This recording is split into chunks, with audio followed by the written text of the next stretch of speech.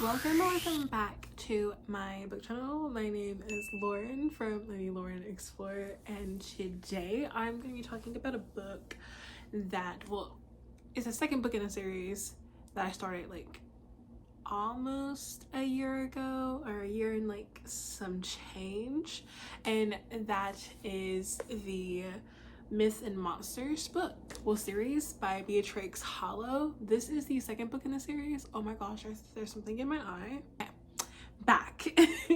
But this is the Myths and Monsters series. This is the second book, which is Hide and Seek.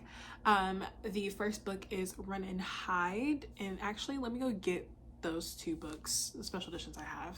So I think you remember me talking about this one right here, which is the Renegade Romance special edition of Run and Hide. It looks so pretty. Love it. This is like the book that got me into the series, and I was just like gagging for it. And this is the Night Archives edition of Run and Hide. That's the sister brand for the Midnight Bookshelf, and so everything kind of matches the rest of the series. So Run and Hide and Hide and Seek. But we're going to be talking about Hide and Seek. Again, like I said, this is the second book of the series. So it starts off where our cliffhanger kind of is. It's technically not really a cliffhanger since everything gets resolved in this book. Like the main objective of this book, it gets resolved. So there's no cliffhanger. But if you remember me talking about, or if you know yourself, that there is a hiker who is stuck in the caves that made Ava go find him, and then she gets accosted by our evil bad guy and all that kind of stuff. So in the end of the first book, we go back. Ava's like, hey, we gotta go back and find this hiker because he's stuck in the cave. So everyone does. That includes Caspian, Mammoth, and Brandon, and Ava. So our hiker is a ghost. She gets possessed by this ghost, and I forgot, his name is really weird to pronounce, but it starts with a W or an M. Makua. But anyways, Makua is our spirit. He's possessing her. He has embedded his body into her, or his spirit into her. So we know that Ava's a witch. We know that Mawaka is a witch before he died. He died for a certain reason. But we're also so they're getting out of the cavern where they were being chased by our bad guy in book one. We still had to deal with the aftermath of everyone dying in book one. I'm talking about everyone was dying left and right, being eaten. It was just a lot going on. So they come out of the cave, and guess who's there to greet them and figure out what's going on? It's Ava's boss, who sent her to this forest to take pictures of the landscape and just environmental pictures. Ben is there, and he's just what's going on? What happened? This is a lot going on. We called the forest rangers. This is I'm so sorry. We've been looking for you for a minute. I'm so sorry. So all of them gets taken in by Ben and the rangers and his group of people who were looking for them. And also, this is when I was losing bits of my spark. I lost my spark when she got possessed by Makua, but this one I was just they're what? Because Mammoth is there. You saw that pause? Cause I was just Mammoth is there. No one sees this big, huge, 7-foot tall creature that's very fuzzy, that has antennas out of his head, that doesn't speak, wearing a trench coat. No one sees this person. What do they see? Who is there? You just ignore the 7-foot tall person. You just ignore that person. You just skip right over him. You know what I mean? Like, where? There's a reason why, but like, where? I was just like, and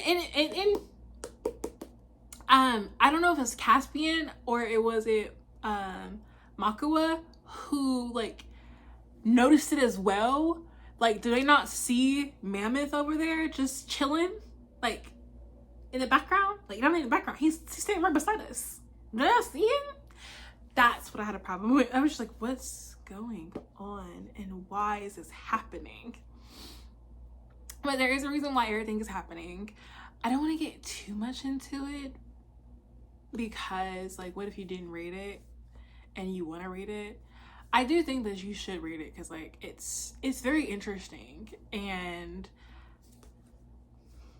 Makua is kind of badass. The tentacle tiny things is kind of weird for me, but like, whatever. But Ben is now our evil character. And also, because Brandon is human, and then, like, things happen, and all of a sudden now Brandon's a Wendigo. And I'm just like, what's going on? Because I was like, did they make Brandon a Wendigo when and during the ritual, like having him like eat a person? Because like there's like, I know Wendigo folklore, you have to be in a certain area. It's not like you can just like eat people and all of a sudden you become a Wendigo. You have to be in a certain area that is like religious or ritualistic or just like inhabitants. Like, this area is known for this particular thing, and if you eat human meat in that area, then you become a Wendigo.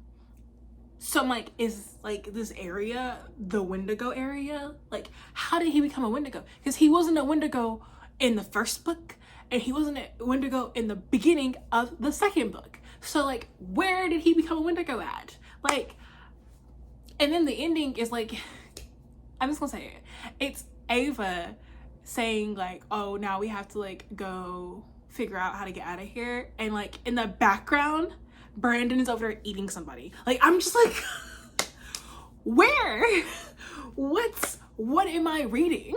What am I reading? I don't know. So that's my thoughts on this. Like, my thoughts are all over the place, and I'm just like trying to get back into this plot, but it's not happening. I lost my spark, like I said, when she got possessed. But I was riding through it because I'm just like, okay, well, like, she got possessed, I lost it, but like, maybe I can get it back. It never happened. So there's that. But I'm also trying to figure out if I should I just like read the third book and get it out the way. But what if I'm still feeling this like overwhelming sense of like I'm losing the spark? Because I don't want that to ruin the third book for me. You know what I mean? Like, if you're just like not in the right mind frame to read a book, it makes your rating for the book or your enjoyment of the book just like go down.